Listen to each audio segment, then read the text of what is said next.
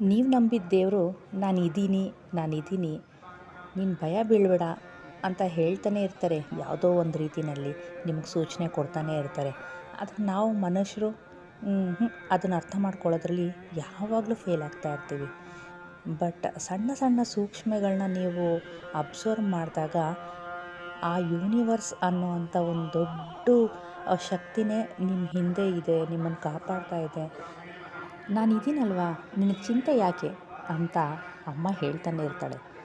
But ನಮ್ಮ ಕಷ್ಟಗಳ ಮಧ್ಯದಲ್ಲಿ ನಮ್ಗೆ ಆ ಕೂಗು ಕೇಳಿಸೋದೇ ಇಲ್ಲ.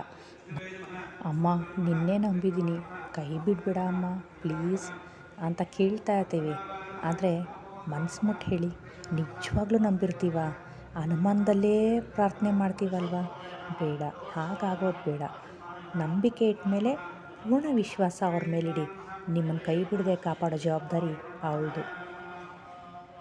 ಕಷ್ಟ ಮನುಷ್ಯರಿಗಲ್ದಿರ ಮರಕ್ಕೆ ಬರುತ್ತೆ, ಗೊತ್ತಿದೆ ಅಲ್ವಾ? ತಾಳ್ಮೆ ಇರಲಿ.